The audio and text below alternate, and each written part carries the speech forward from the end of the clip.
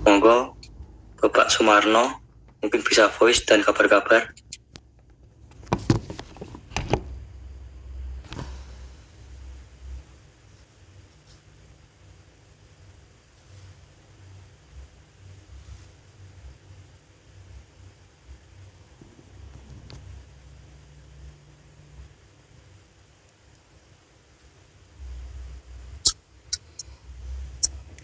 Halo.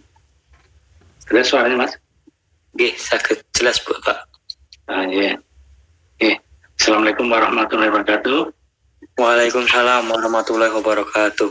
Oke, perkenalkan saya Sumarno dari MTA Perwakilan Pontianak nih, Mas ya. Alhamdulillah kabar sekeluarga sehat dan baik.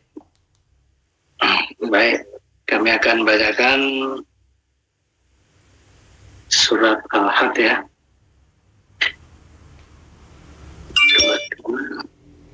Ayatnya berapa? Ayat 56 dan 57, Pak. 56, 57. Oke. Artinya surat Al-Had 56. Kekuasaan pada hari itu ada pada Allah. Dia memberi keputusan di antara mereka. Maka orang-orang yang beriman dan mengerjakan kebajikan berada dalam surga-surga yang penuh kenikmatan. Dan orang-orang kafir dan yang mendustakan ayat-ayat kami, maka mereka akan merasakan azab yang menghinakan. Baik, terima kasih, Mas. Kami kembalikan. Assalamualaikum warahmatullahi wabarakatuh. Waalaikumsalam warahmatullahi wabarakatuh. Matur suwun Bapak Sumarno. Untuk qiraah dan pembacaan arti pada malam hari ini selesai.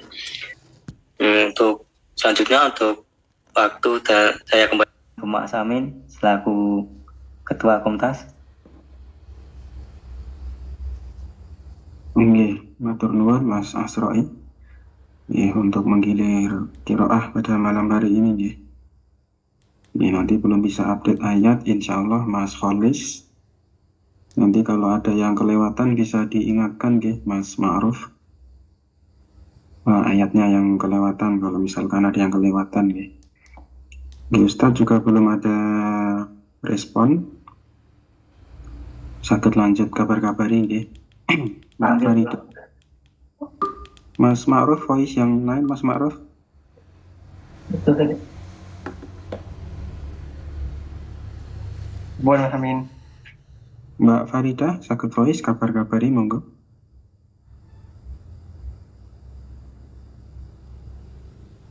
Belum bisa.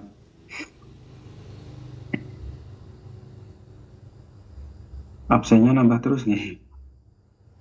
Mas Amin Nugroho bisa voice?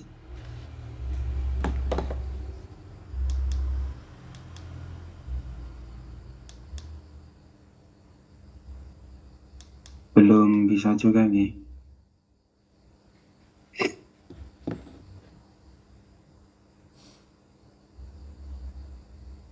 Mbak Winarsi, monggo sakit kabar-kabari. Assalamualaikum warahmatullahi wabarakatuh. Waalaikumsalam warahmatullahi wabarakatuh. Nyun ngapunten kepencet video. Alhamdulillah kabar saya di Hongkong baik dan sehat. Ini pulang libur. Maaf ya Mas kalau sesekali saya telat masuk karena kadang masih di perjalanan. Oke. Alhamdulillah kabar anak di Indo juga sudah mulai membaik sakit cacarnya. Alhamdulillah semuanya baik-baik dan semoga semua yang di komunitas ini juga selalu diberikan kesehatan oleh Allah Subhanahu wa taala. Amin. Terima kasih Mas. Terima kasih Mbak Winarsi untuk kabar-kabarnya. Ustadz masih belum ada respon nih.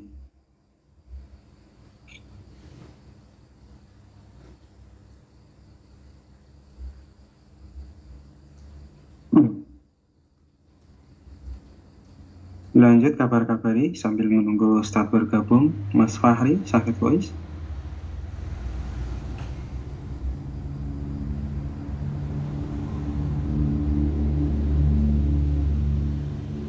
belum bisa voice.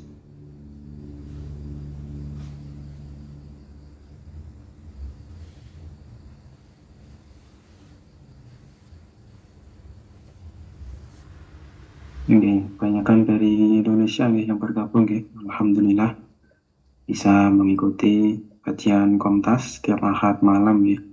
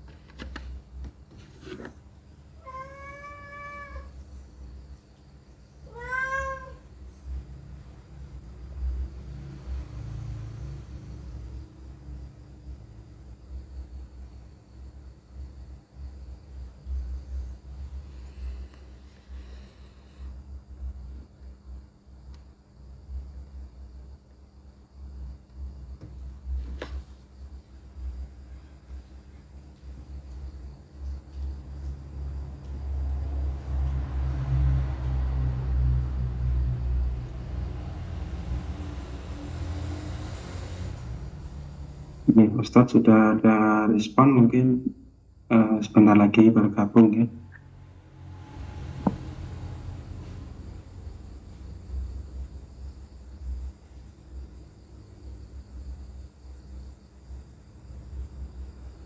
Kayaknya naik turun nih Mas Ma'ruf.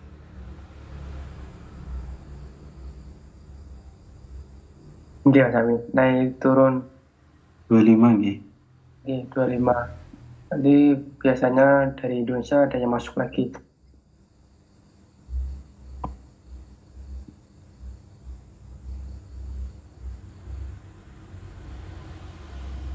Assalamualaikum, waalaikumsalam. Izin menyimak, nggih. Silakan Ibu atau Bapak nggih, Asih dari perwakilan Pontianak nggih. Selamat bergabung. Selamat mengikuti kajian Komtas nggih. Korea 6 nggih Mas Ma'ruf. Jepang 3. Mas Abidin dereng gabung nggih.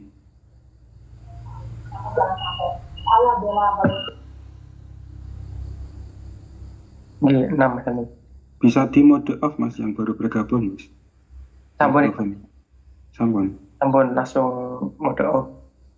Mungkin kepencet.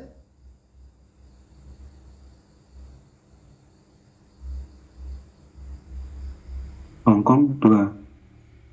Hongkong 2. Bu Siti Rambu Winarsi. Nggih, Nggih, sampun. Thailand 1. Kemudian Qatar sama Finlandia. Nggih, sampun. Ya, sisanya Indonesia nih. CP-nya Indonesia.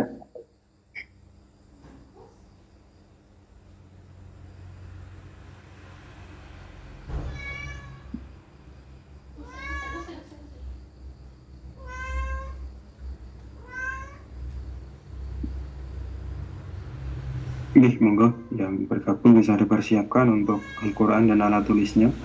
Nanti barangkali ada yang mau bertanya, bisa ditulis di kolom chat.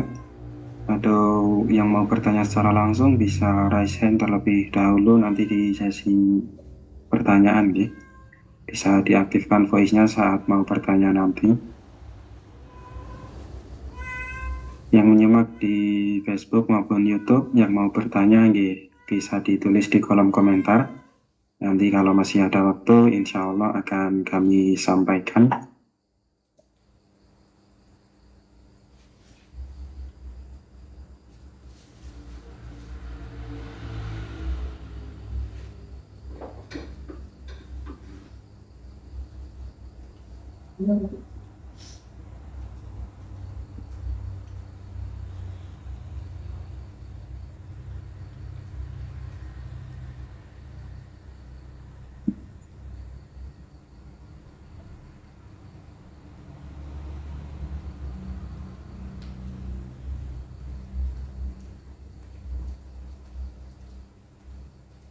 Ya mungkin Ustadz masih persiapan nih.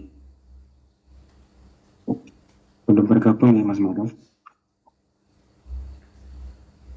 Belum, Mas Amin.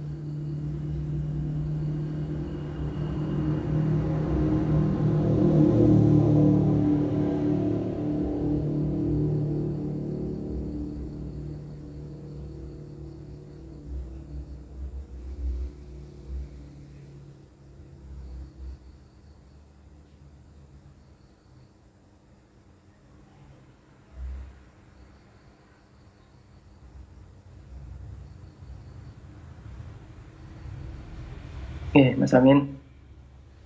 Oke, Ustadz sampun bergabung. Sampun siap terima Mas Amin. Ya insya Allah siap Mas. Bisa di ACC nih. Oke, saya admit Mas Amin.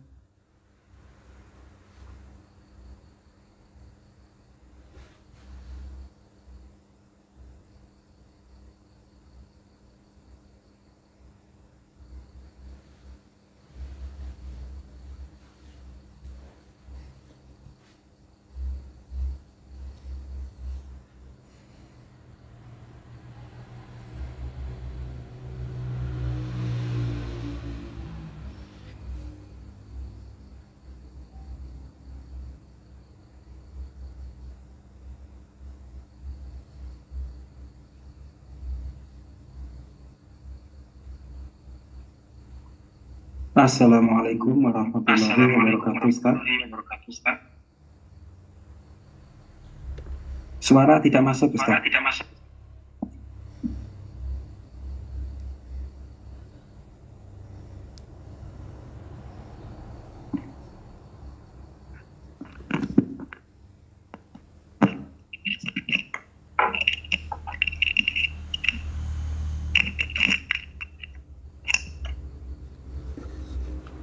Assalamualaikum. Waalaikumsalam warahmatullahi wabarakatuh. Ya, alhamdulillah. Suara saya didengar jelas nggak Ustaz ini? Bisa Mas. Oke, alhamdulillah. Bagaimana kabarnya Ustaz dengan keluarga? Alhamdulillah baik saja Mas. Mudah-mudahan semuanya juga baik-baik saja. Amin, insya Allah. Nih, sebelum dimulai melaporkan yang tergabung dalam Zoom meeting Ustaz. Ya, Ada 29 saudara.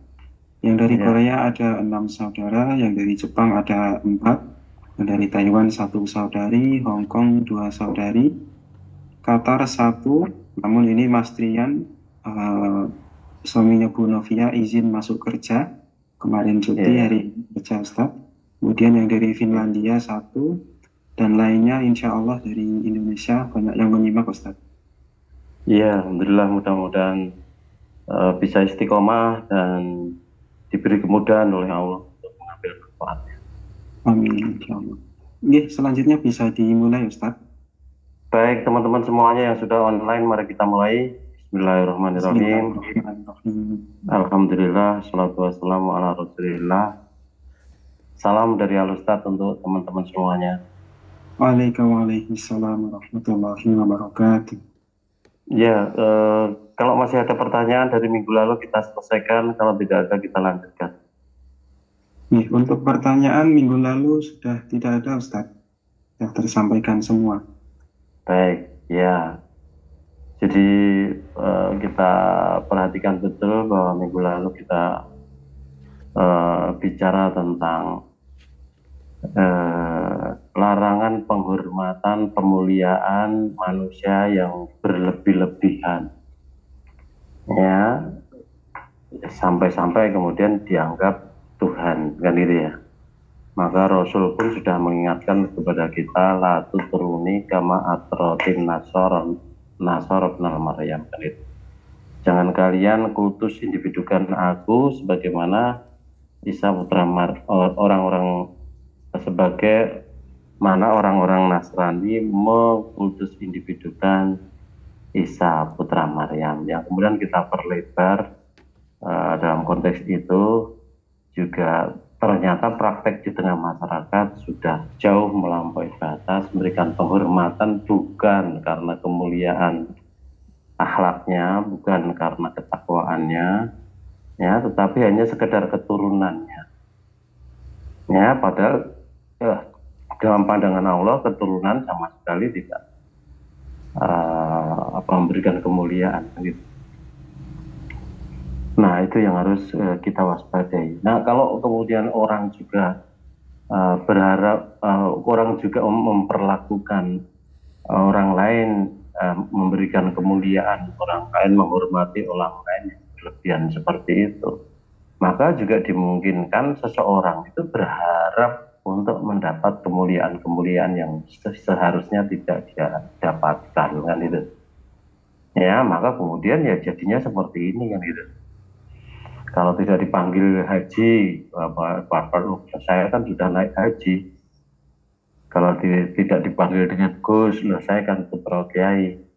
Itu nanti kemudian seolah-olah menjadi merendahkan dirinya. Padahal tidak boleh lah, seharusnya tidak sampai seperti itu, kan ya. Ya, tidak perlu memberikan penghormatan yang berlebihan. Tentu saja jangan juga berharap mendapat penghormatan yang berlebihan. Kita tahu bahwa pujian itu hanya untuk Allah saja, bukan untuk yang lain-lain, kan.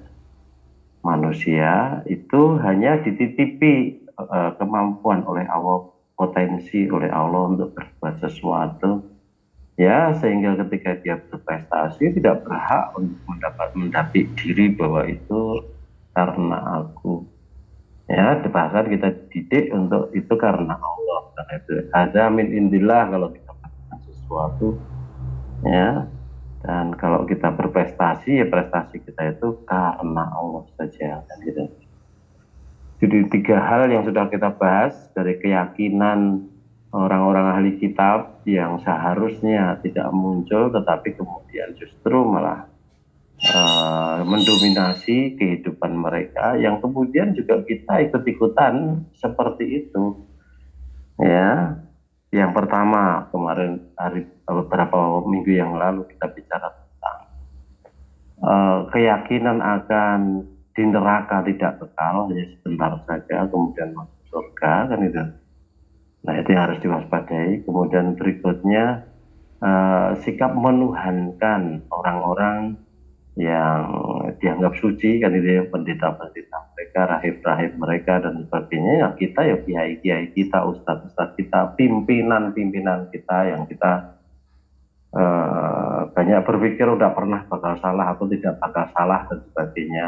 Padahal itu hanya manusia, sementara Rasul saja juga, Muhammad sebagai manusia saja juga bisa salah, kan gitu. Kemudian yang ketiga adalah ini akidah lagi, gitu ya, memuliakan manusia di luar, ya, di luar batas, jadi sampai mempertuhankan dia, kan gitu. Kemudian berikutnya sekarang kita akan masuk sifat yang lain lagi yang menyebabkan orang-orang ahli kitab itu dianggap mempertuhankan pendeta mereka, rahib-rahib mereka. Nah, sekarang kita masuk masih juga dalam konteks ini adalah akidah tentang hati mereka, kan itu ya. Yang kita juga akan tiru-tiru itu, banyak diantara kita tiru-tiru, kan. Yaitu kaitannya dengan bohong, intinya bohong. Tetapi di sini bohongnya itu amat sangat dahsyat karena kebohongannya itu kepada Tuhan langsung gitu.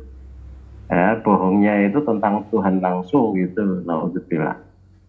Ya, bohong apa itu? Bohong dalam hal kitab sendiri, bahan ajar yang seharusnya diajarkan, bahan ajar ad-din yang seharusnya diajarkan, yang sumbernya itu harusnya dari Allah, tetapi kemudian dia ganti, ya, dia sendiri yang menulis kitab, kemudian mendapik diri bahwa kitab itu berasal dari Allah, isinya kebenaran dan sebagainya, yang itu kemudian diajarkan sebagai pengganti bahan ajar dari Allah yang sesungguhnya, kan itu. Nah, kalau bahan ajar atau sumber belajarnya sendiri itu kemudian sudah corrupted, gitu ya, sudah rusak seperti itu, ya sudah pasti orang-orangnya yang menjadi seperti itu, rusak. Ya, coba dibuka di dalam surat Al-Baqarah ayat yang ke-79. Kita sudah bicara 80, 81, 82. Di hari pertama kita membicarakan ini, kesalahan-kesalahan orang-orang di Nasrani. Nah, sekarang kesalahan yang keempat ini ya, yang perlu kita catat, kita perhatikan dan kita jauhi, kan itu. Ayo silakan. Quran surat Al-Baqarah surat kedua ayat yang ke-79. A'udzu billahi minasyaitonir rajim. Fawailul lilladzina yaktubunal kitaba biaydihim thumma yaquluna hadza min 'indillahi liyashtaru bihi thamanan qalila. Fawailul lahum mimma katabat aydihim wa wailul lahum mimma yaksibun. Maka celakalah orang-orang yang menulis kitab dengan tangan mereka sendiri, kemudian berkata, ini dari Allah, dengan maksud untuk menjualnya dengan harga murah. Maka celakalah mereka karena tulisan tangan mereka, dan celakalah mereka karena apa yang mereka perbuat. Ya, kita perhatikan. Di situ Allah berfirman, Fawailul lilladzina yaktubuna kitaba biaydihim summa yaquluna hadza min indillahi liyashtaru bihi samanan qalila. Jadi Allah mengutuk di sini, mengutuk orang-orang ahli kitab yang berlaku seperti itu. Yang lurus juga ada. Ya, dengan mengatakan fawailul lilladzina yaktubunal kitaba biaydihim. Celakalah orang-orang yang mereka ini alladzina lilladzina, orang ini jamak ya. Ya, jadi banyak orang yang melakukan seperti itu. Fawailul lilladzina yaktubunal kitaba biaydihim. Celakalah orang-orang yang mereka itu menulis ya kitab dengan tangan mereka. Summa yaquluna hadza min indillahi. Kemudian mereka itu mengatakan hadza min indillah, ini berasal dari Allah. Artinya mendapik diri bahwa isinya itu adalah kebenaran. Liyastaru bihi samanan qalila, ya, agar supaya mereka itu dapat menjualnya dengan harga yang sedikit. Sampai di situ dulu. Jadi Allah mengutuk ya orang-orang ahli kitab, terutama di sini adalah pemuka-pemuka agamanya.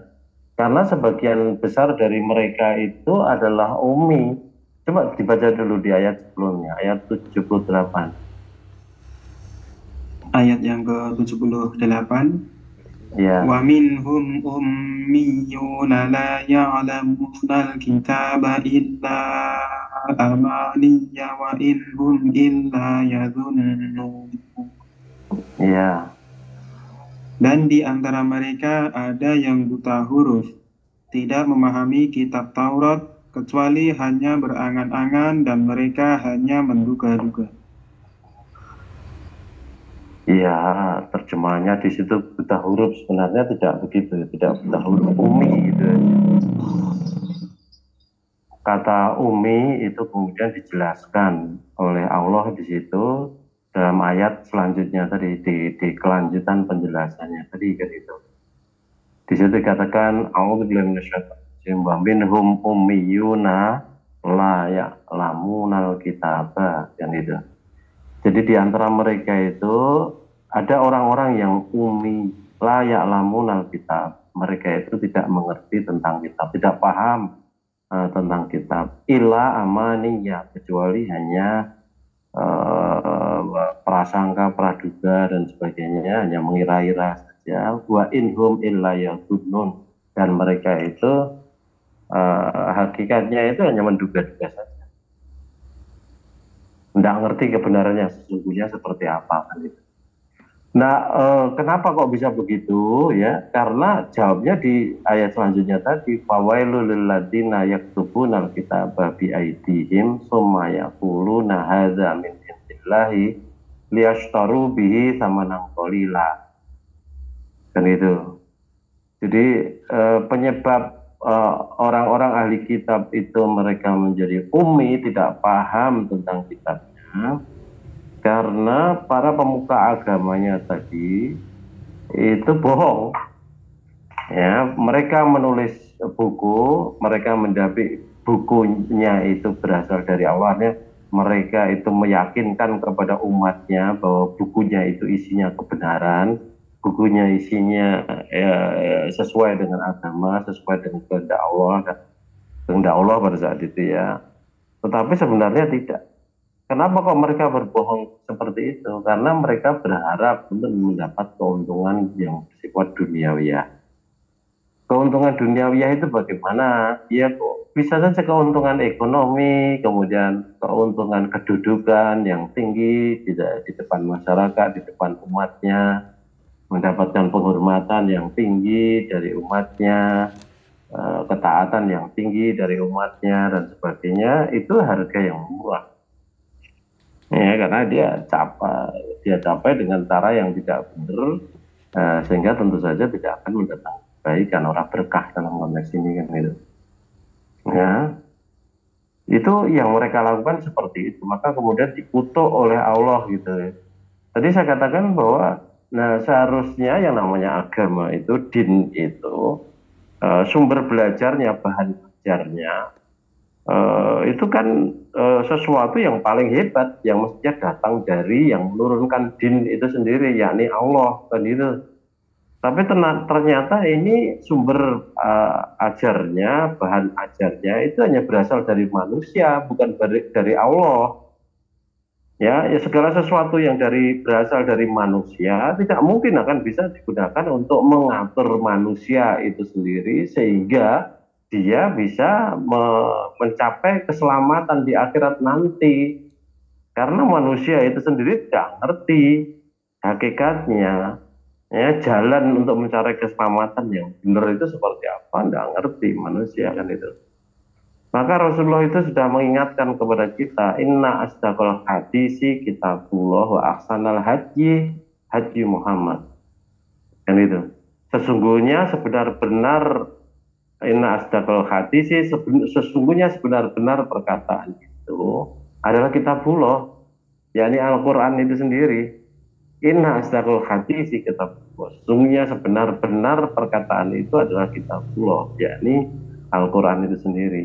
Wa ahsanal haji haji Muhammad, dan sebaik-baik petunjuk itu adalah petunjuknya Muhammad. Jadi itu syarul umuri muhdatsatuha, nah sejelek-jelek perkara itu adalah yang diadakan.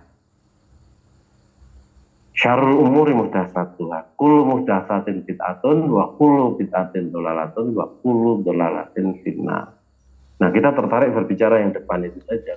Inna asdaqal hadis kitabullah wa ahsanal haji haji Muhammad. Ya sesungguhnya ya sebenar-benar perkataan, bahan ajar, sumber belajar yang tentu saja paling baik itu, paling benar itu adalah kitabullah. Nah, kalau kemudian kitabullahnya diganti dengan tulisan manusia, yang sudah pasti itu berbeda dengan kitabullah, ya bagaimana mungkin manusia bisa jadi baik kan itu? Ya, tidak mungkin jadi baik kan itu. Ya, maka orang-orang ahli kitab itu kemudian dicap oleh Allah di dalam surat Al-Maidah ayat yang ke-77. Ya, mereka itu sesat dan menyesatkan gitu. Itu yang harus kita patuhi betul gitu. Orang-orang Islam banyak yang tidak paham keadaan mereka itu seperti apa, kemudian banyak yang bekerja pada mereka, banyak yang menjadi babunya mereka, banyak yang mungkin menjadi koleganya mereka. Mereka melihat gelegernya aja, dohirnya saja, jika mereka kelihatan baik di depan kita. Tapi pahami betul bahwa hatinya itu busuk, sebusuk keceren terhadap orang.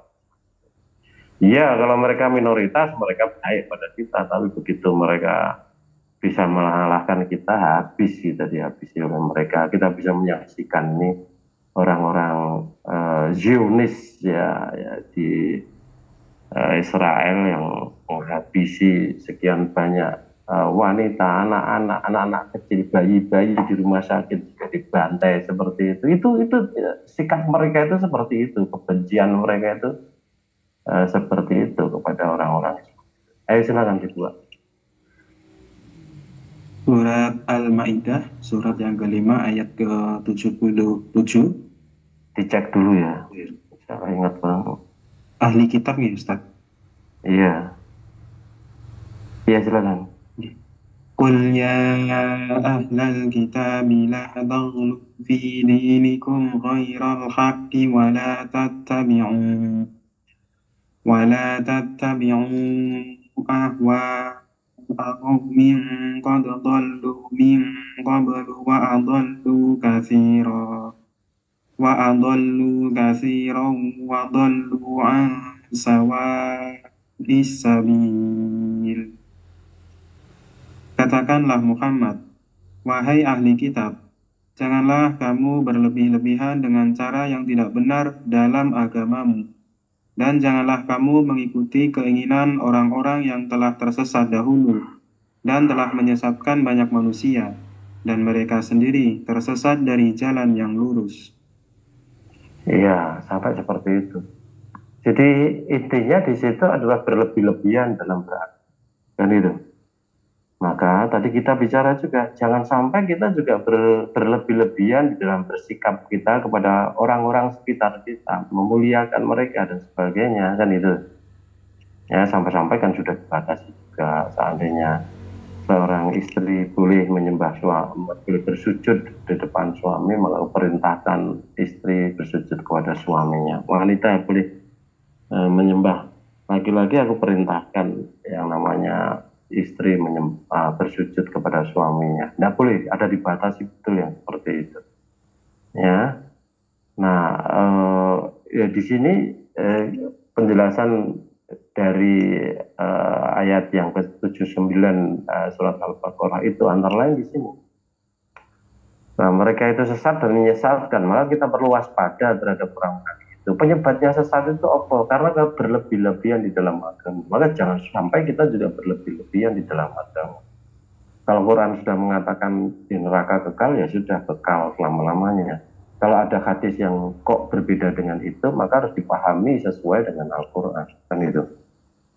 Ya, jangan sampai berbelok. Karena kalau kemudian kita pahami sesuai dengan orang-orang Yahudi, loh kita itu dilarang supaya tidak bersikap ikut-ikutan bersikap seperti mereka, loh kan gitu. Ya, jadi kita kembali kepada surat Al-Baqarah ayat yang ke-79 tadi. Ya, Allah mengutuk ya orang-orang yang mereka itu menulis kitab dengan tangan mereka, kemudian mereka itu mendapik diri bahwa itu berasal dari Allah. Ya, agar supaya mereka mendapat keuntungan yang sedikit, keuntungan yang kecil, keuntungan yang sifatnya duniawi ya, dikutuk oleh Allah gitu. Dan pengutukan Allah itu tidak berhenti hanya di situ saja, karena kesalahannya amat sangat besar di sini ya, akan menyesatkan sekian banyak orang di masa mendatang itu ketika mereka memakai cara-cara yang seperti itu. Padahal jelas harusnya yang diajarkan adalah kitabullah, tetapi yang diajarkan adalah bukunya. Kitabullahnya disembunyikan, dan itu hanya diambil yang bermanfaat bagi dia, melakukan kedudukannya dia, mendukung dia dan sebagainya. Ayat-ayat itu dikutip, tulis di dalam bukunya tadi, ya. Tetapi ayat-ayat yang kemudian melemahkan mereka, pemahaman dia, gitu ya, maka kemudian tidak dicantumkan ya seperti itu, karena udah. Maka kemudian berikutnya dikecam lagi oleh Allah, fawailul lahum mimma katabat aydihim wa wailul lahum mimma yaksibun. Maka celakalah mereka dari apa yang mereka tuliskan, dan celakalah mereka ya dari apa yang telah mereka perbuat. Gitu. Jadi teman-teman semuanya ya, membangun akhlak itu memang harus dengan sumber belajar yang benar. Membangun akhlak itu harus berdasarkan wahyu. Kalau kemudian wahyunya disingkirkan, diganti dengan buku biasa, tulisan manusia, ya jadinya seperti itu kan. Nah, maka wajar kemudian kalau orang yang seperti itu, bersikap seperti itu kemudian dikutuk oleh Allah. Bahkan dalam satu ayat saja sudah dikutuk sampai 3 kali yang seperti itu gitu. Nah, dikutuk karena tulisannya, dikutuk karena perbuatannya. Ya tentu saja kalau dia menulis dengan yang seperti itu, maka yang dia ajarkan juga yang seperti itu gitu loh. Kebohongan itu yang diajarkan kan gitu. Ya. Apa mungkin seseorang itu menulis isinya kebohongan seperti itu, kemudian dia berbicaranya tentang kebenaran? Tidak mungkin kan? Yang diajarkan tentu saja ya konsisten dengan kebohongan yang dia sudah tuliskan tadi kan gitu. Ya. Nah, kebohongan tadi, kedustaan tadi, ya itu bukan tidak sengaja. Kebohongan tadi ini betul-betul sengaja. Karena tadi di atas tadi di awal ayat tadi dikatakan bahwa summa yaquluna hadza min indillah. Kemudian mereka itu berkata ini datang dari Allah. Kalau dalam bahasa sekarang orang-orang menulis buku yang bukunya mungkin tentang fitnah, ya, yang terkait mungkin saja MTA, ya, atau mungkin saja kelompok yang lain fitnahnya tentang itu. Ya, tetapi dia meyakinkan bahwa ini isinya kebenaran, ini fakta, ini sifatnya ini kebenaran dan sebagainya seperti itu. Kita juga bisa menyaksikan banyak ya, tidak tulisan tetapi juga dalam bentuk video ucapan.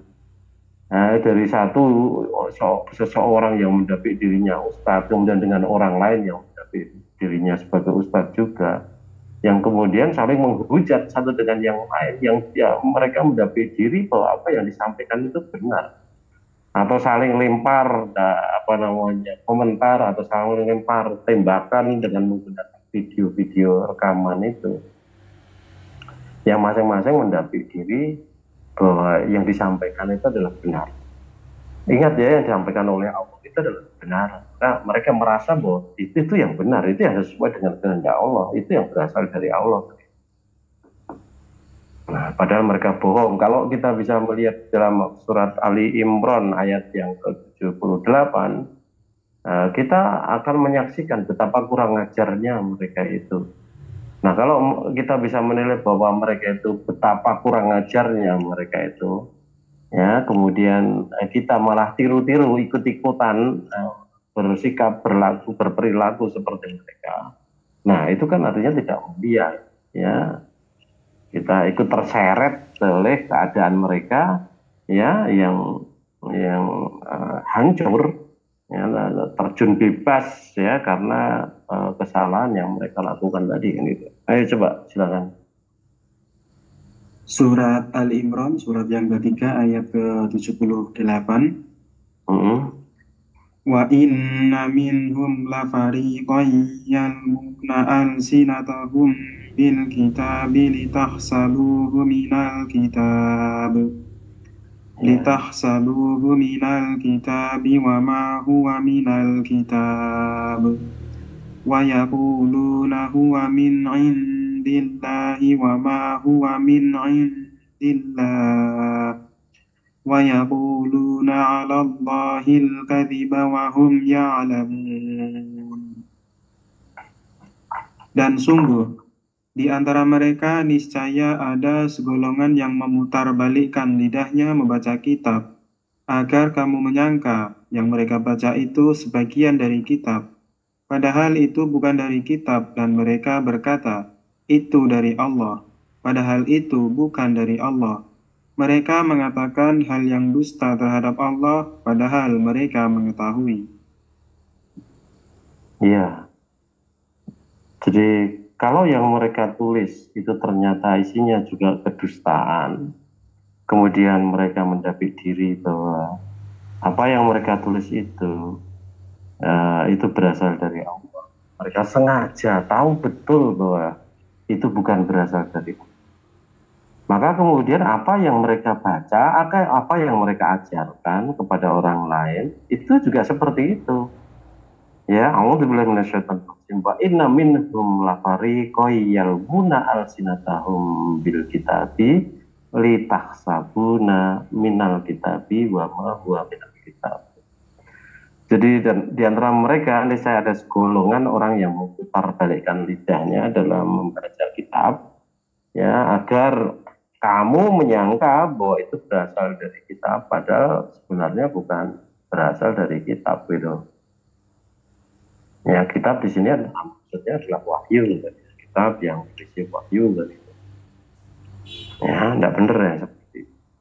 Jadi apa yang mereka tulis itu mereka ajarkan, ya, karena apa yang mereka tulis itu isinya kedustaan, yang diajarkan pun tentu saja juga isinya dusta. Ketika menulis mereka itu mendapati diri bahwa itu berasal dari Allah, ketika mengajarkan juga seperti itu, sama. Ya, pegang buku atau tidak pegang buku yang mereka ajarkan juga sama seperti itu. Ya, jadi kita harus waspada yang seperti ini, kan gitu. Ya, kemudian di situ dikatakan wa yaquluna huwa min indillahi wa ma huwa min indillah. Dan mereka itu mendapati diri bahwa apa yang mereka ajarkan itu berasal dari Allah, padahal sebenarnya bukan berasal dari Allah. Nah, sekarang ini kita sedang sebentar lagi memasuki masa kampanye. Nah, sekarang pun sudah ribut.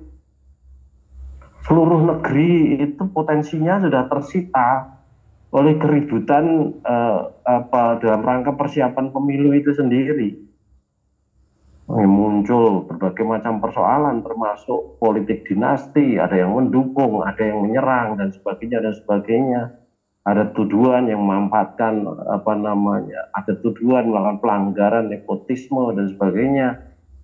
Bahkan ada kemungkinan dari para ahli yang kita ikuti dari podcast mereka itu boleh jadi nanti akan terjadi impeachment di Indonesia ini. Mungkin presiden itu nanti akan dimakzulkan gitu. Ada indikasi keterlibatan kesalahan yang besar dalam konteks ini, kan itu. Ada nepotismenya, ada melawan pelanggaran hukum yang luar biasa dan sebagainya. Ya, sehingga dituduh memberikan jalan kepada anaknya yang baru kemarin sore dalam tanda petik itu kemudian agar bisa menjadi cawapres. ya Majelis Kehormatan Majelis Konstitusi MK yang dipimpin Profesor Jimli Asidiki. Nah, nampak sekali di situ dari penjelasan-penjelasan dalam tanda petik bocoran-bocoran yang keluar dari lisan Prof. Jimli Asidiki dan juga dari narasumber yang lain, itu nampak sekali terjadi pelanggaran yang berat. Dan boleh jadi akan terjadi pembatalan pencalonan satu pasangan paslon, nanti mungkin ganti dengan yang lain. Nah, ini kan sesuatu yang tidak perlu kemudian terjadi, justru malah menghabiskan energi kita sebagai bangsa yang seharusnya tidak terbuang, yang seharusnya bisa fokus untuk membantu saudara kita di Palestina, ya, tetapi kemudian pecah, ya, atau tersita untuk kepentingan yang kayak itu kan itu. Nah, inilah. Jadi maka yang namanya bohong itu besar sekali hukumannya dari Allah, bohong itu kan itu ya. Nah, sampai tidak mungkin masuk surga orang-orang yang bohong itu kan. Itu bagian dari sifat munafik. Wa idza hadasa kadzdzaba wa idza wa'ada akhlafa wa idza tumina khana. Ketika bicara dusta, ketika berjanji mengingkari. Nah, ini kita bisa menyaksikan sendiri para politikus kita itu ketika berjanji, ketika masa kampanye luar biasa. Ora wedi karo Gusti Allah janji-janjine. Ya, padahal seharusnya dia tahu bahwa dia tidak akan mampu melaksanakan janji itu, tapi tetap aja berjanji. Ya. Nah, ini jangan sampai juga yang seperti ini menular di tengah-tengah kita, tetapi sudah terlanjur menular dengan adanya buzzer-buzzer dari kelompok tertentu. Isinya kan kebohongan, kedustaan dengan adanya hoax yang kemudian pesat beredar di tengah masyarakat sebagainya itu. Yang namanya buzzer pun sekarang juga terpecah belah gara-gara bosnya itu juga kisruh langkahnya dan sebagainya, sebagian mendukung ini, sebagian mendukung itu dan sebagainya. Nah, itulah yang namanya mengikuti manusia. Ketika manusianya itu bohong, dia juga bohong, akhirnya jadinya seperti itu kan itu. Yang harus diikuti itu Allah saja. Karena Allah tidak akan pernah bohong, tidak akan pernah mengungkiri janji. Allah itu kebenaran, al-haq, ya, yang disampaikan aja kebenaran saja. Tetapi yang namanya manusia yang menulis kitab tadi, yang membuat video atau membuat rekaman ini dan sebagainya, jenengannya menungso. Ya, manusia itu mahalul khotok wanisyan, tempatnya salah dan lupa. Ya, tempatnya salah dan lupa. Ya, itu.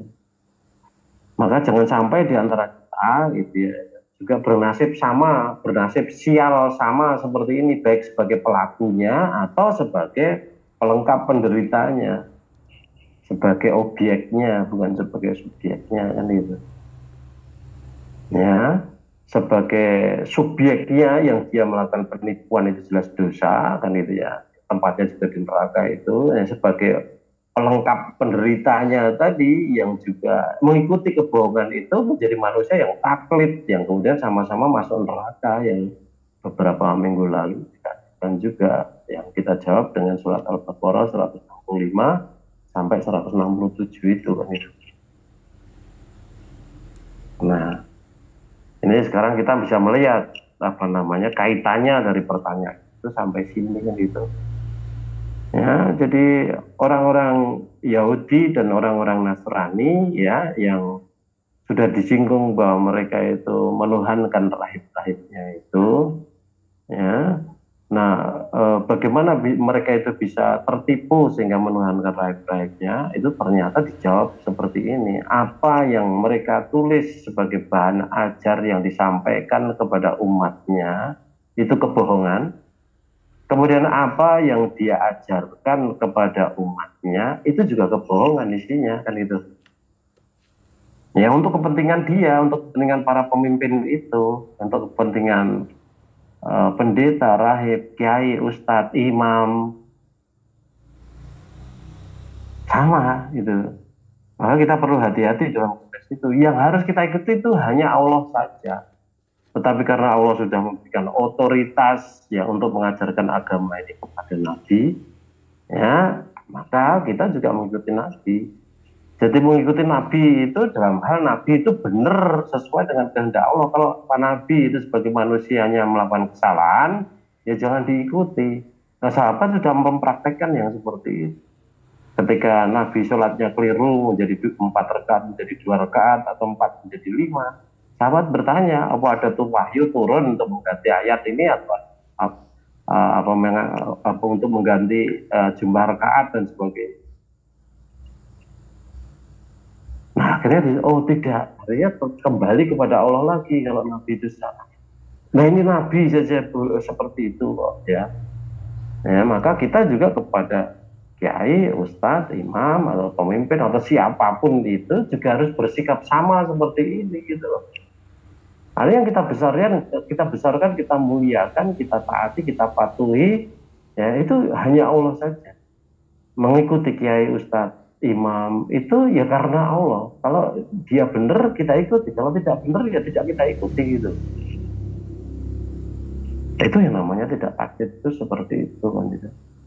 Ya maka umat Islam itu dituntut untuk belajar sampai setinggi-tingginya. Dulu kita bicara tentang aspek kognitif, aspek kecerdasan manusia itu sampai ke level 6. Tidak hanya mengingat dan memahami, tidak hanya mengingat memahami kemudian mengamalkan, tetapi sampai mampu menganalisis, sampai mampu mengevaluasi, sampai mampu untuk menciptakan solusi dari berbagai macam persoalan, menciptakan ide-ide baru untuk mengatasi berbagai macam persoalan dan sebagainya, kreatif.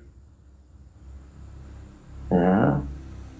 Nah, umat Islam itu kalau memang betul-betul melaksanakan yang seperti itu, sudah pasti luar biasa. Nah, itulah yang dilakukan oleh para ilmuwan generasi, ya bukan generasi awal sebenarnya, karena munculnya ilmuwan dalam konteks ayat-ayat kauniyah itu kira-kira abad ke-9 ya. Abad ke-9, 10 ya. Nah, dan orang-orang itu adalah memang orang-orang yang ahli di bidang agama, ya, apakah Al-Khawarizmi, apa Al-Haythami, Al-Jazari, ataukah Ibnu Sina dan sebagainya, itu mereka memang orang-orang yang ahli dalam bidang agama.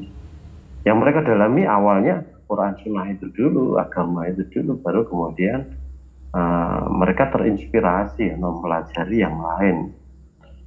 Ya, dan itu juga terjadi setelah Khalifah Al-Mansur yang kita bicarakan beberapa waktu yang lalu itu memerintahkan anak buahnya untuk menerjemahkan buku-buku Yunani. Kalau tidak diterjemahkan, tidak banyak yang paham mereka, ya tentu saja tidak akan muncul ilmuwan-ilmuwan dari kalangan orang Islam. Terjemahkan, paham, akhirnya mereka bisa mengembangkan ya berdasarkan ilmu yang sudah mereka pahami kan gitu. Ya. Jadi kalau kita tidak menggunakan otak kita untuk melakukan evaluasi, kita akan mudah tertipu. Sama seperti orang Yahudi dan Nasrani ini, sama seperti ahli kitab ini ditipu oleh para pimpinannya. Ya, maka kita harus menggunakan otak yang tingkat tinggi, ya, dalam konteks ini adalah kemampuan untuk melakukan evaluasi agar kita tidak tersesat, tidak ditipu kemudian ikut tersesat kan gitu, ikut salah kan gitu. Nah, kemampuan evaluasi itu maksudnya kemampuan membandingkan sesuatu dengan alat ukur yang sebenarnya dulu pernah saya katakan bahwa kalau saya ingin mengetahui lebarnya meja saya ini, maka saya bandingkan lebar meja tadi dengan alat ukur standar, yakni meteran. Baru tahu, lebarnya 120 cm kan gitu. Nah, begitu juga dalam kehidupan sehari-hari ini, apakah ketika kita membaca buku, ataukah kita membaca komen di Facebook, atau kita melihat video dan sebagainya, ya kita harus punya alat ukur standar itu dulu, yakni Al-Quran dan As-Sunnah. kita bandingkan apa yang disampaikan oleh seseorang tadi dengan Quran Sunnah. Kalau cocok berarti benar, kalau tidak cocok ya tidak benar kok, apalagi bertentangan kan gitu.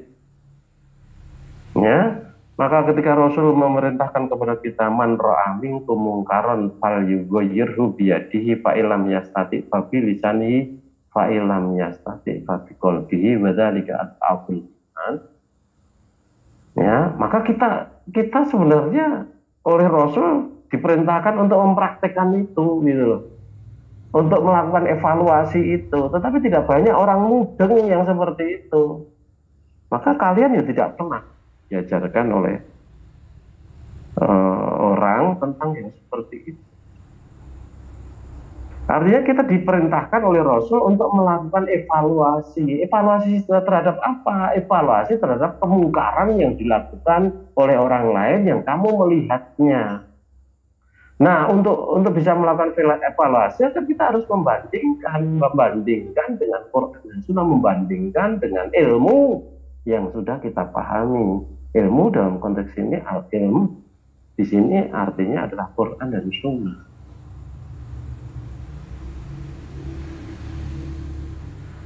Nah, kalau ternyata betul-betul mungkar, kesimpulannya perbuatan itu, kalau ternyata betul-betul mungkar, ucapan itu, tulisan itu, video itu, dan sebagainya, maka kemudian kita ya dibebani, ada taklif hukum pada kita semuanya itu untuk melakukan peneguran, kan itu, untuk merubah. Fal yughayyirhu, maka hendaklah dia merubahnya. Dengan apa? Dengan tangannya, kekuatannya. Nah, dengan tangan kekuatan ini, maka dulu ketika Al-Ustaz masih Sugeng dulu, kita berusaha untuk membentuk yang namanya tim security software ya. Artinya kita himpun teman-teman yang suka pada coding gitu ya, untuk membangun kemampuan hacker ya. Nah, itu di samping kemampuan hacking itu mampu digunakan untuk menjaga kekayaan intelektual yang kita miliki di dunia maya, situs-situs, website ini yang kita miliki dan sebagainya, itu juga bisa kita gunakan untuk menindak orang-orang yang seperti ini. Ini ada situs Ranggena yang menjauhkan umat Islam dari kebenaran. Meneng-meneng aja langsung dihack, tanganmu gunakan untuk ngehack dia. Bukan ngehack bank untuk nyolong duit, tetapi ngehack ini itu dalam arti kita merubahnya ya dengan tangan kita, dengan kekuatan kita, dengan kemampuan kita. Loh, situs ini menyebarkan akidah yang tidak benar. Nah, harusnya begini kok dia sikat jret. Oh, situs ini menyebarkan perjudian, sikat jret, rasa nunggu pemerintah. Kalau semua umat Islam itu bisa seperti itu, sudah tidak ada yang hidup itu yang namanya situs-situs Ranggena itu. Apakah situs judi, situs porno, situs apapun itu, sikat semua. Cuma sayangnya anak-anak muda kita tidak bertahan gitu, tidak punya daya juang yang seperti Khalid bin Walid atau Zaid bin Sabit untuk memperjuangkan agama ini. Kekayaan intelektual kita banyak di dunia maya, tetapi satu pun kita tidak punya satpamnya, security-nya. Kalau kita punya gedung di dunia nyata, satu gedung ada dijaga oleh 15 misalnya saja, security yang harus bergantian umumnya. Nah, harusnya kekayaan kita di dunia maya itu kan juga harus dijaga oleh orang-orang yang ahli ya menangkal hacking seperti ini, dan bahkan kemampuannya jika melakukan hacking itu bisa digunakan untuk falyughayyirhu biyadihi tadi kan itu. Aku udah habis pikir anak muda kita selemah itu ya. Dulu di Jogja awal tahun 2000 saya pulang dari Australia, saya memperkenalkan kepada teman-teman kelompok yang lain. Kalau kita punya program kerja untuk membangun kemampuan software, kita akan hebat nanti ke depan kan gitu. Katakan kita training anak-anak kita keahlian di dalam coding, dalam programming di situ. Yang satu belajar programming ini, yang satu belajar programming ini dan sebagainya. Training mereka dalam waktu 2 tahun. Kalau perlu dikasih beasiswa dia untuk belajar itu, kalau perlu ditanggung makan minumnya apapun ditanggung di situ. 2 tahun mereka menguasai, kemudian 3 tahun berikutnya mereka itu memperkenalkan produk, membangun produk kita. Mungkin sebagai pesaing dari Microsoft Word pada saat itu. Google belum terkenal pada waktu itu. Ya, mungkin sekarang Google dan lain-lain seperti itu kita kembangkan. 5 tahun mungkin kita bisa eksis di Jogja. Kemudian 5 tahun berikutnya kita bisa eksis di tingkat regional. 5 tahun berikutnya, artinya 15 tahun kita eksis secara nasional. 20 tahun kita bisa eksis secara internasional.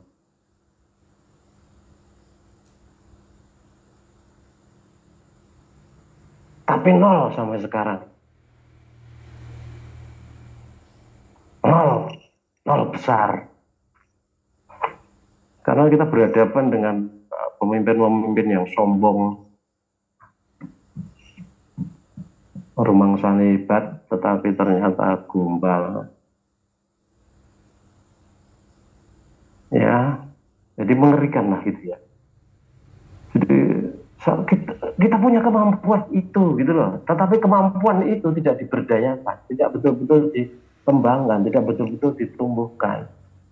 Ya, maka senang sekali ketika itu kemudian di Solo ada kesempatan untuk merintis teman-teman yang satu membangun gerbang sunnah, satu kelompok lain membangun kemampuan untuk mengembangkan software dan sebagainya. Itu gerbang sunnahnya masih jalan sampai sekarang.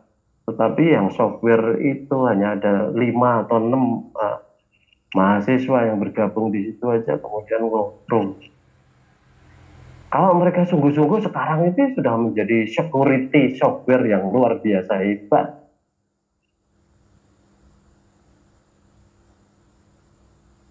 Sudah 10 tahunan ya mungkin kira-kira. Sudah hebat. Nah, kita bisa menghentikan perbuatan orang-orang yang tidak benar itu di dunia software itu kan itu.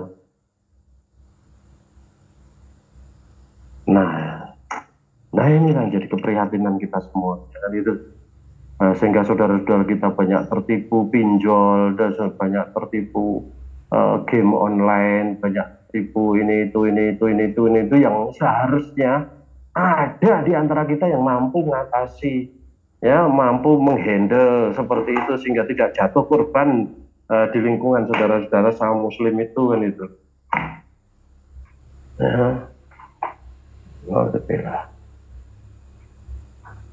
Ya, baterainya mau habis. Jadi begitu kira-kira. Jadi dari sumber belajar agama itu sudah dikerap ya, sudah dirusak para pemimpin-pemimpinnya itu dengan berbagai macam kedustaan.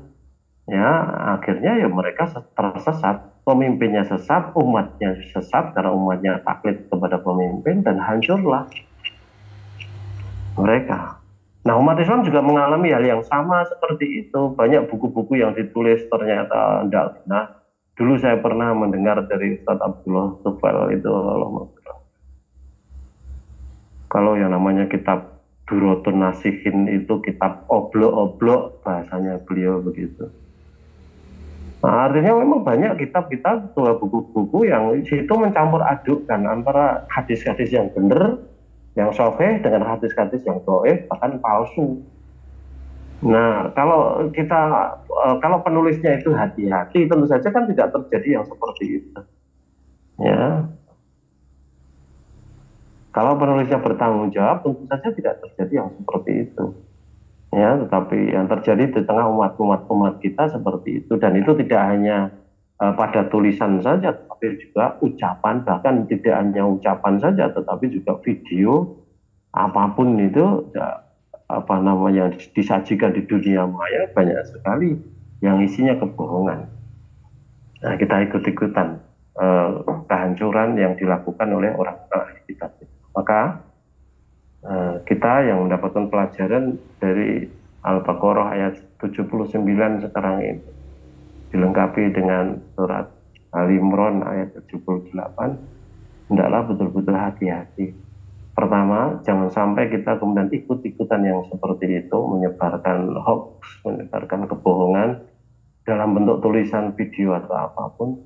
Kemudian yang kedua juga jangan menjadi korban hoax, jangan menjadi korban kebohongan oleh siapapun yang berada di sekitar kita. Karena di hadapan Allah nanti kita bertanggung jawab masing-masing. Kita ikut-ikutan, kita salah, kita bertanggung jawabnya. Mereka yang berbohong salah juga mereka harus bertanggung jawabkannya sendiri-sendiri kan.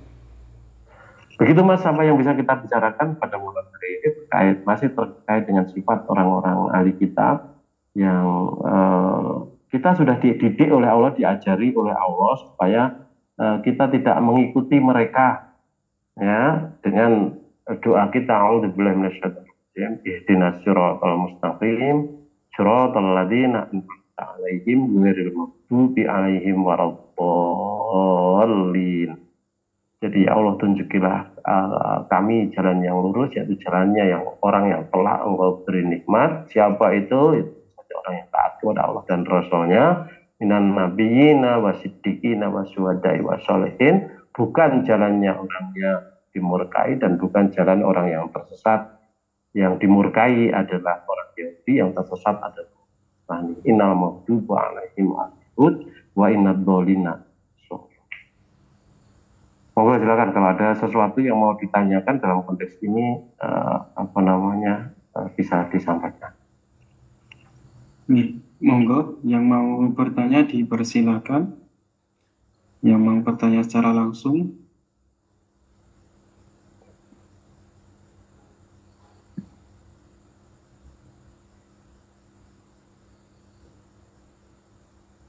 Oke, belum ada pertanyaan langsung, ke pertanyaan tertulis lebih dahulu, Ustaz. Iya, silakan Mas. Yang pertama, ya, Assalamualaikum Ustaz. Waalaikumsalam warahmatullahi wabarakatuh. Kenapa program kerja yang sudah berjalan tidak berjalan lagi seperti software tadi? Apa ada saat ini program pemberdayaan pemuda yang terorganisir untuk kedepannya, Ustaz? Waduh, kalau itu tanyanya ya ke pusat sana yang organisir. Pusat saya tidak terlibat apa-apa ya, saya ini jadi tidak tahu, tanya ke sana. Ya, tetapi dalam konteks saya dulu gitu ya, dalam konteks itu karena ada kelompok orang yang tidak suka pada saya dari awal saya bergabung di situ kan gitu. Sehingga apapun yang dari saya itu selalu tolak gitu ya. Contoh sederhana saja, waktu itu saya mau garap software websitenya MTA.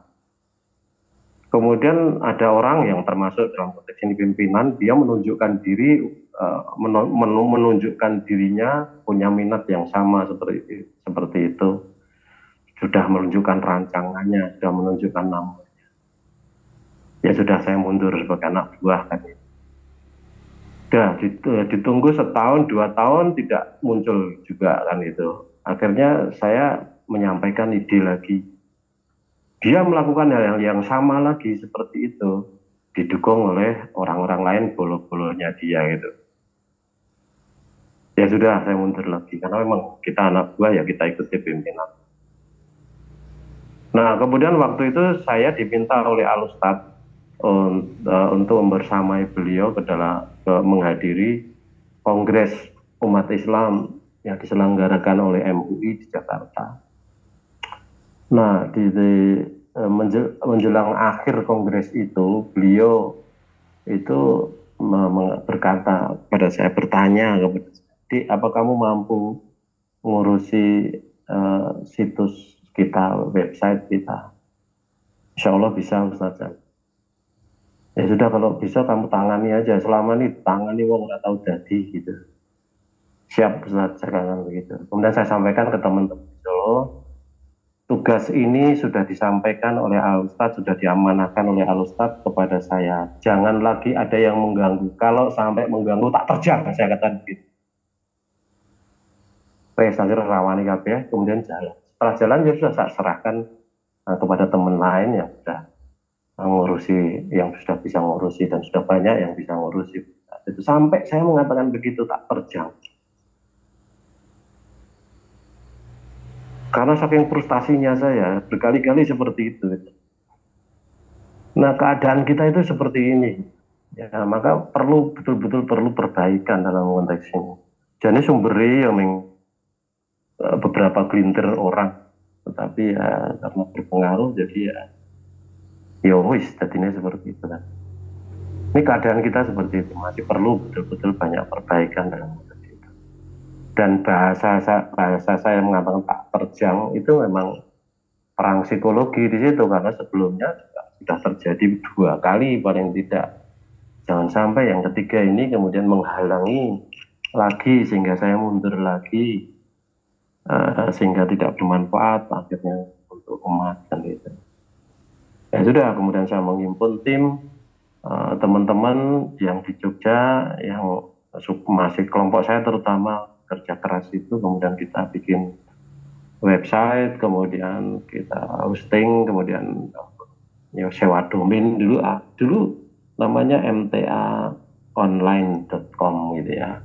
Kemudian kita rubah karena sudah sadar akan pentingnya situs organisasi dan sebagainya, kemudian diganti mta.org.id dan sebagainya. Tidak ada masalah. Sampai sekarang kan gitu, jadi bermanfaat kan. Tapi yang terjadi sebelumnya ya supaya ngono kuwi ya, bahkan yang namanya gerbang sunnah itu pun berkali-kali ada yang tidak suka. Itu tidak sukanya itu khawatir kalau saya itu terkenal lewat itu loh, kesimpulan saya begitu. Sehingga ketika ada oleh editornya itu memunculkan nama saya di situ sebagai penasihat atau apa, itu kemudian meribut, kemudian sampai ke Al-Ustadz, kemudian Al-Ustadz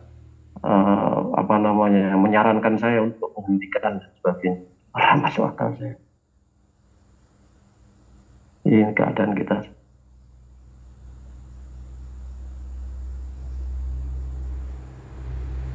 Nggak mudeng saya. Ini kedengkian orang itu, kekhawatirannya itu luar biasa. Seolah-olah saya itu seumur hidup menjadi ancaman mereka. Sampai ngaji 38 tahun ya dia masih dicurigai. Itu keadaan kita itu masih.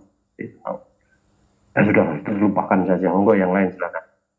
Banyak hal terutama ya internal gitu, karena memang tidak terjadi kekompakan. Ya di dalam di samping tadi yang semangat yang masih rendah, tidak paham kemanfaatannya untuk perjuangan agama ini sehingga kurang serius tadi kan itu, termasuk yang mengembangkan kemampuan hacking itu. Dulu oleh Ustadz Dr. Wahyul Amin itu sudah dipanggilkan juga ahli teman beliau yang dari Jakarta dan sebagainya untuk mentraining, tapi baru sekali pertemuan waktu itu kan itu. Sekali pertemuan tentu ya isinya belum bisa banyak kan itu. Oke, monggo yang lain. Yang lain ada yang mau bertanya langsung? Monggo kalau ada. Atau mungkin belum ada. Kalau tidak ada ya jangan dipaksakan. Kita istirahat aja. Pak Gianto. Ya, Assalamualaikum Ustaz. Waalaikumsalam warahmatullahi wabarakatuh. Mau tanya masalah ini, masalah boikot produk dari Israel itu Ustaz. Jadi macam kamu ini tinggal di kampung, jadi gitu contohnya misalnya pakai Pepsodent ya kan, itu kan produk dari Unilever kan, jadi adanya cuman itu aja, jadi produk lain nggak ada, carinya di sini kan. Itu gimana Ustaz tanggapannya Ustaz tentang produk-produk yang di boikot untuk Israel itu Ustaz? Terima kasih Ustaz. Iya. Saya itu tidak ngerti produk Israel itu kayak ngopo, orang-orang ngerti. Tidak pernah saya membaca produk itu made in Israel atau manufactured by Israel dan sebagainya. Itu saya tidak pernah lihat. Ya tentunya kalau kita itu mau memboikot Israel kan juga harus memboikot Amerika, karena justru yang memberikan dukungan dan sampai Israel sejahat itu kan sebenarnya Amerika. Maka sederhana aja, produk Amerika apa itu boikot, selesai. Kalau kita mau betul-betul jaya, itu kompak. Tetapi umat Islam kan tidak kompak. Ketika di lapangan saja boikot produk Israel, tetapi nanti di belakang juga tidak. Boikot produk Amerika di belakang juga tidak. Boikot produk Amerika, ngombene Coca-Cola, mangane McDonald, burger atau KFC dan sebagainya kan tidak apa-apa. Gitu. Kalau di desa tidak ada apa-apa, ya ada. Kalau umpamanya Pepsodent harus boikot, umpamanya saja, ya sudah boikot, ganti yang lain. Banyak merek. Saya itu malah nggak pakai Pepsodent, saya pakai merek yang lain yang lebih murah dan tidak bikin ngilu gitu. Nah kalau itu harus mau boikot Pepsodent, pilih yang lain, ganti. Saya mau boikot ini, pilihan lain banyak sekali di pasaran. Ya, ini biasanya mangan burger dari McDonald. Sekarang ada Burger King, ada burger bergerak, ada burger apa macam-macam gawean Indonesia dewe banyak kan itu. Pizza juga begitu. Wah ini Pizza Hut ini punyanya umpamanya Amerika. Ya sudah, tidak usah mahal Pizza Hut, bisa kampung aja, bisa gawean tonggone atau bisa gawean lokal dan sebagainya. Banyak pilihan. Tinggal kesungguhan kita aja. Jadi kalau kita tidak sungguh-sungguh, ya wes rasa ngomong ke boikot-boikotan. Timbangannya ditertawakan bebek atau banyak. Ya, mudah-mudahan dipahami seperti itu. Jadi kalau memang mau boikot, gampang, mudah. Dilacak dulu bolo-bolo Israel itu yang dukung sopo. Sekarang ini yang jelas bolo Amerika. Inggris itu Rishi Sunak itu sudah setengah-setengah karena kekejaman Israel ketika membom rumah sakit kemarin. Jelas aturan internasional juga tidak boleh menyerang rumah sakit, ambulan saja juga dibom gitu. Ya, anak-anak bermain juga dibom, pengungsi yang sedang mengungsi di tempat pengungsian juga dibom, pengungsi yang sedang dalam perjalanan untuk pindah juga dibom, pindah karena diancam, ya juga dibom. Sudah tidak punya naluri kemanusiaan. Maka sekarang ini dunia barat itu juga protesnya terhadap Israel itu juga luar biasa hebat itu. Saya yakin-yakinnya sebentar lagi itu nanti ketika pemilu tahun 2024 itu yang namanya Joe Biden itu akan runtuh, itu tidak terpilih lagi. Apalagi sekarang ini Amerika itu secara ekonomi itu sedang runtuh dia itu.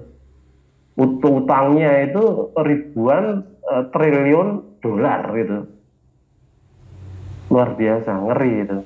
Padahal ya simpanan Cina, simpanan dari negara-negara lain, tabungan dari negara-negara lain di Amerika itu yang terbesar Cina, yang kedua Jepang, sering bergeser gantian satu dengan Cina sudah mengurangi ketergantungannya kepada dolar dan bahkan sudah lama diramalkan dolar itu bakal ambruk, tapi sampai sekarang masih bertahan.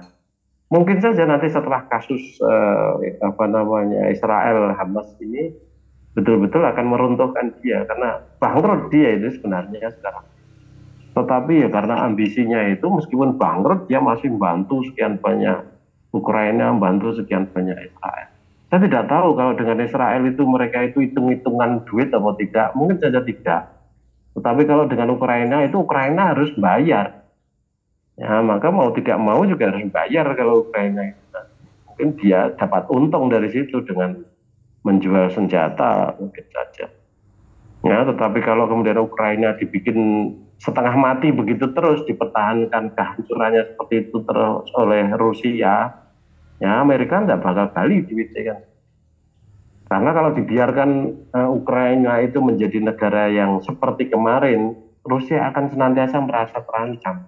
Karena Amerika ada di dalamnya, bisa membuat senjata kimia, biologi di perbatasan Rusia yang betul-betul akan mengancam Rusia. Dan ini dikatakan ini kehancuran Amerika. Kenapa? Karena Amerika salah langkah. Kenapa kok salah langkah? Karena mereka tahu yang tadinya dunia itu unipolar. Antara tahun 89 sampai 17 itu unipolar, yang kutub yang berkuasa itu hanya kutubnya Amerika saja dan sekutunya. Tetapi setelah itu kemudian muncul Rusia dan muncul Cina.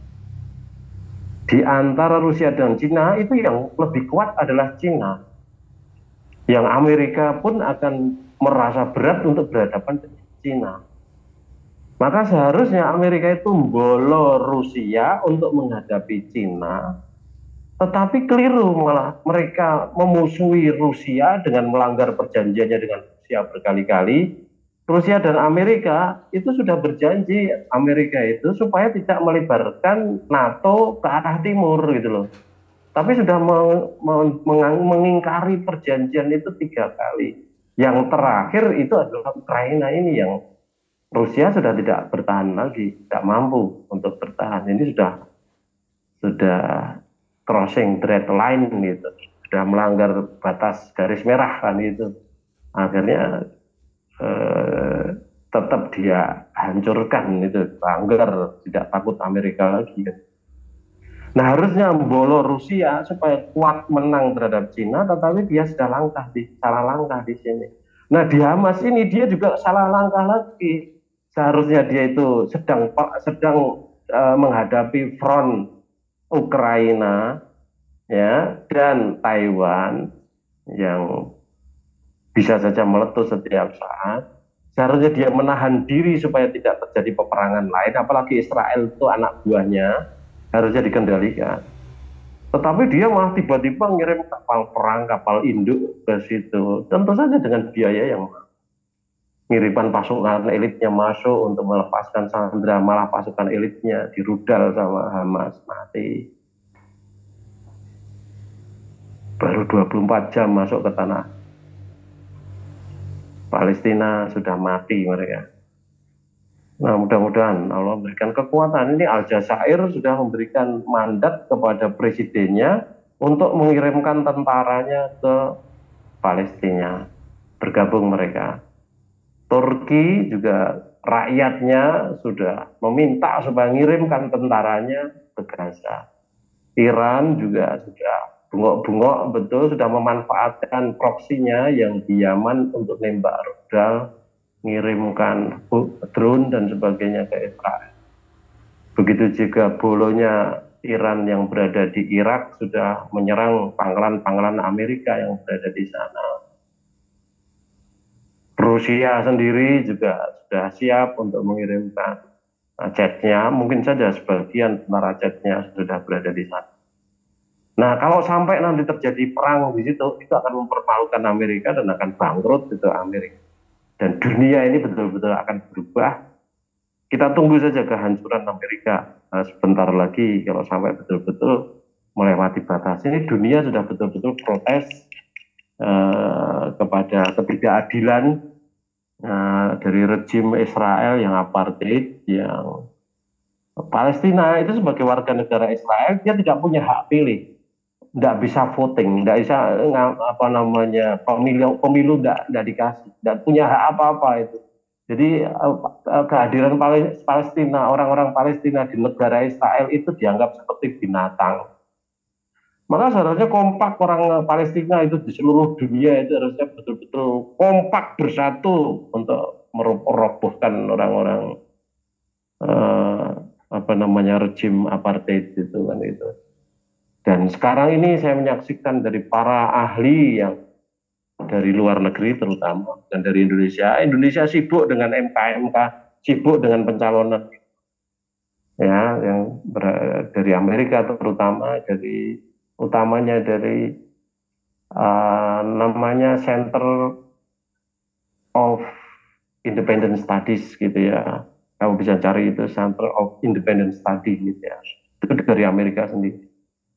think tanknya Amerika yang bertugas untuk menyumbangkan pikiran-pikiran mereka, buah pikiran mereka, koreksi mereka, penilaian mereka terhadap kebijakan-kebijakan pemerintah dan sebagainya itu orang-orang lurus yang seperti baik itu.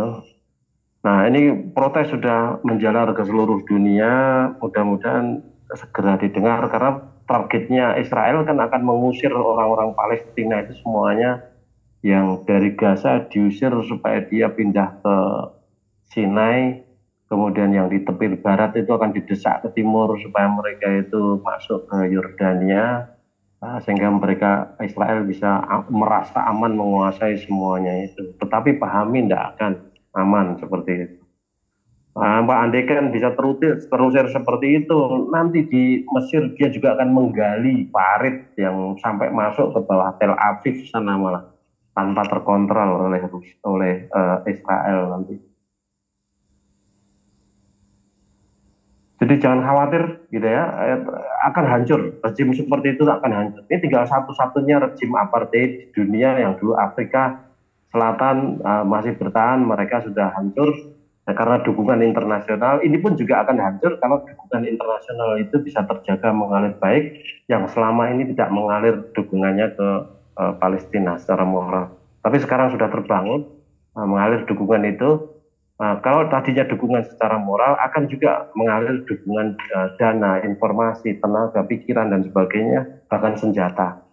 Qatar sudah mengatakan bahwa kami akan kirim senjata ke Hamas.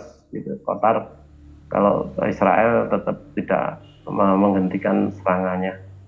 Qatar juga sudah mengancam untuk menghentikan aliran gas minyak ke Eropa, yang tentu saja Eropa akan takut karena harganya akan naik tinggi, sementara mereka krisis ekonomi mereka sangat tinggi karena perang Ukraina, Rusia dan sebagainya. Tentu mereka akan berat untuk menghadapi ancaman Qatar ini. Apalagi nanti kalau Qatar itu ancamannya juga dilakukan oleh Arab Saudi, jadi berat lagi. Mudah-mudahan Allah memberikan jalan lewat. Begitu Mas, mudah-mudahan kalau boikot produk kita Pepsodent tidak begitu berpengaruh. Oke, seperti itu untuk jawabannya Pak Gianto. Untuk waktu karena sudah cukup malam, ada sisa pertanyaan insya Allah akan disampaikan pertemuan selanjutnya Ustadz. Saya enggak merasa kalau sudah jam berapa tuh sekarang? Jam 11 di Korea. Oh ya, baik ke teman-teman semuanya, mudah-mudahan sedikit ini bermanfaat untuk kita semuanya. Ada laporan mungkin? Oke, untuk laporan terakhir yang tergabung dalam Zoom meeting tersisa 33 saudara, kemudian yang menyimak dari YouTube ada 35, yang menyimak dari Facebook ada sekitar 39 Ustadz. Ya, alhamdulillah, mudah-mudahan bermanfaat untuk kita semuanya. Kurang lebihnya saya minta maaf. Mari kajian kita akhiri. Alhamdulillahirrahmanirrahim. Subhanakallahumma bihamdika asyhadu an la ilaha illa anta astaghfiruka wa atubu ilaik. Assalamualaikum warahmatullahi wabarakatuh. Waalaikumsalam warahmatullahi wabarakatuh. Terima kasih Ustaz. Selamat beristirahat Ustaz.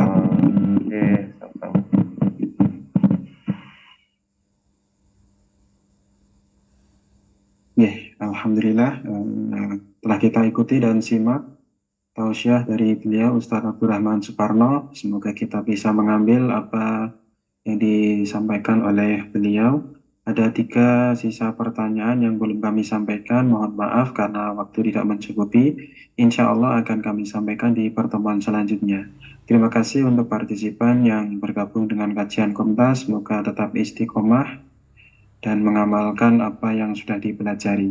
Banyak kurangnya kami mohon maaf. Kajian pada malam hari ini akan kami akhiri. Wabillahi taufiq wal hidayah. Wassalamualaikum warahmatullahi wabarakatuh.